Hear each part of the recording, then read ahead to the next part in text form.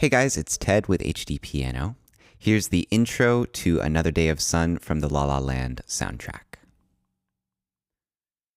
1, 2, 1, 2, 3, 4.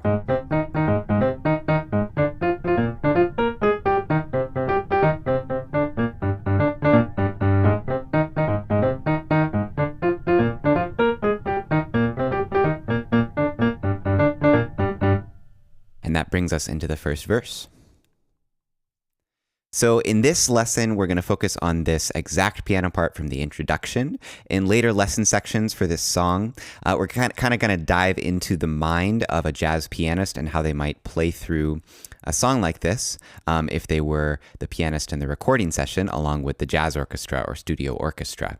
There's a lot of improvisation involved, and I figure what better chance to talk about improvisation over a chord structure than when we're talking about a song from La La Land where the main character is a jazz pianist. For now, though, we're just going to learn this exact piano line. So I'm going to break it down for you in this way. I'm going to start by just teaching you these chord shapes, and then we're going to add in the rhythm. Okay? So we're going to take right hand alone first, and we start on an A flat major chord.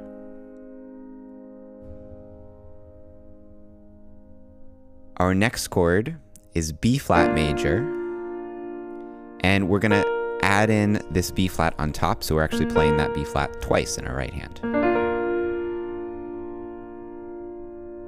So we've got A flat followed by B flat, and then we have a C minor triad.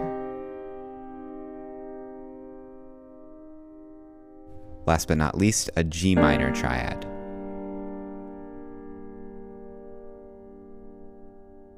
And if you like your major scales and using those to help with something like this, we are in the key of E flat major. So you notice that all of these notes come from that set of notes in that scale. All right, so A flat, B flat, C minor, G minor. Just absorb those shapes first, and once you've got them in the right hand, you can play them together with the left hand, because the left hand's going to be mimicking everything the right hand does exactly, note for note, in this passage.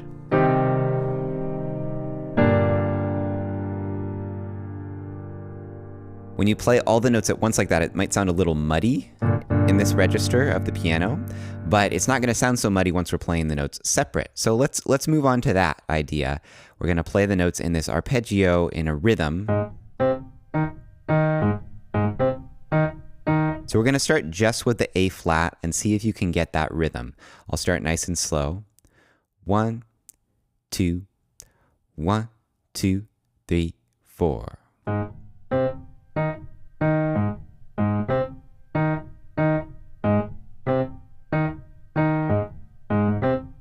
So just stay on this one chord until the rhythm is comfortable. And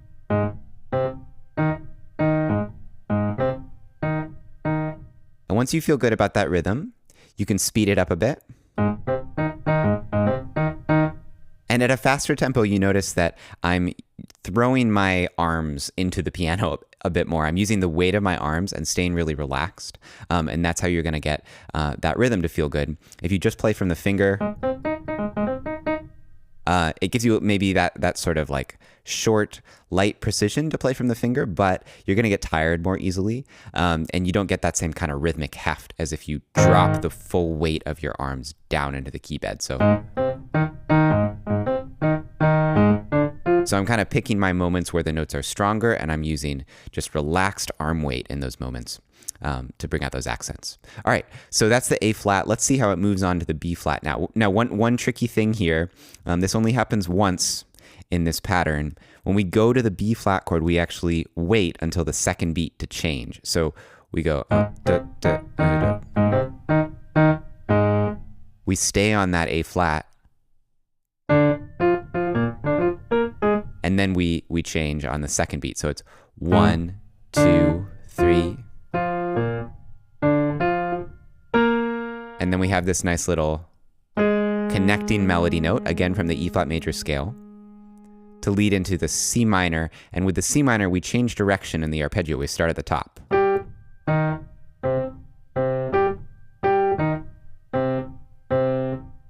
So let's take those first 4 measures again. This is just the A flat and the B flat. 3, 4.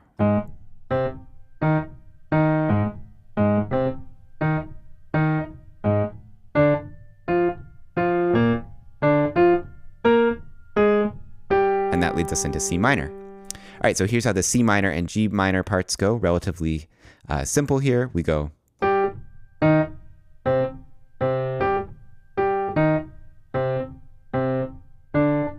Here's our G minor. So I hope you can see how those chord shapes that we learned at the beginning are determining where these arpeggios come from. There's the C minor. There's the G minor. All right, so we've gone through the entire 8-bar phrase now. Now this phrase repeats. It's almost exactly the same the second time, with the exception of that third chord. So the third chord is not going to be a pure C minor the second time around. Check it out. Here's the difference. Here's our B flat. Third chord. Okay, so a couple of those C's from the C minor chord are changing to B flat, and that changes this chord. That makes this more of an E flat major in an inversion. We would say E flat over B flat, meaning B flat is in the bass. So here's that third chord pattern. 1, 2, 3, 4, and 1, and 2, and 3, 4. And everything from there is the same on the G minor. So here's that second phrase in its entirety. 1, 2, 1, 2, 3, 4.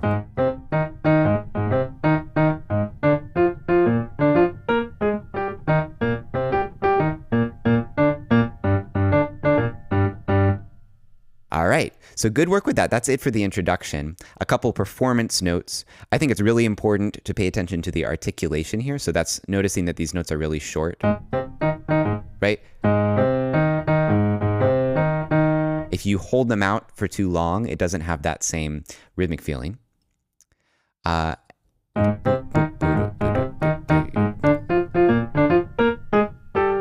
then the other performance note is that this part of the song, we're not really going to be playing swing at all. So swing is this feeling of uneven eighth notes that is really important to jazz. And this is more or less a jazz piece, and it comes from what's meant to be kind of a jazz-influenced soundtrack.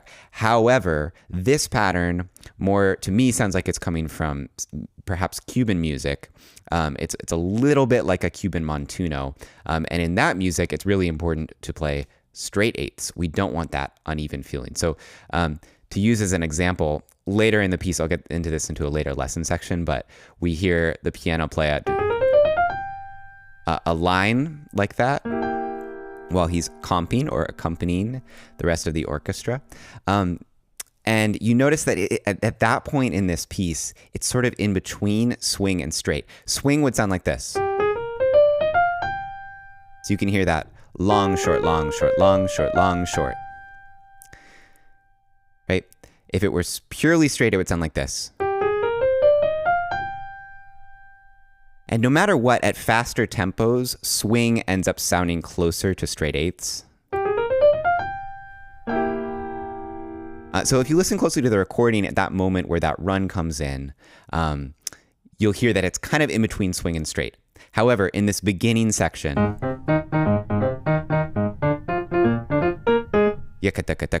I'm really thinking straight eighths, fully straight eighths. And that makes your job a little bit easier. So we'll get into that swing eighth note feeling a little bit more later parts of the piece. But for now, that's it for the introduction, part 1 of Another Day of Sun from the La La Land soundtrack. Okay, great job on part 1. If you're on HDpiano.com already, you can click on the next video. If you're not, head on over so you can keep going with this song. If there's another song you want to learn, send us your ideas at requests.hdpiano.com. You can follow us on social media for a heads up about new lessons. And if you're on YouTube, drop us a comment because we love hearing from you. I'm Ted with HDpiano.com. Until next time.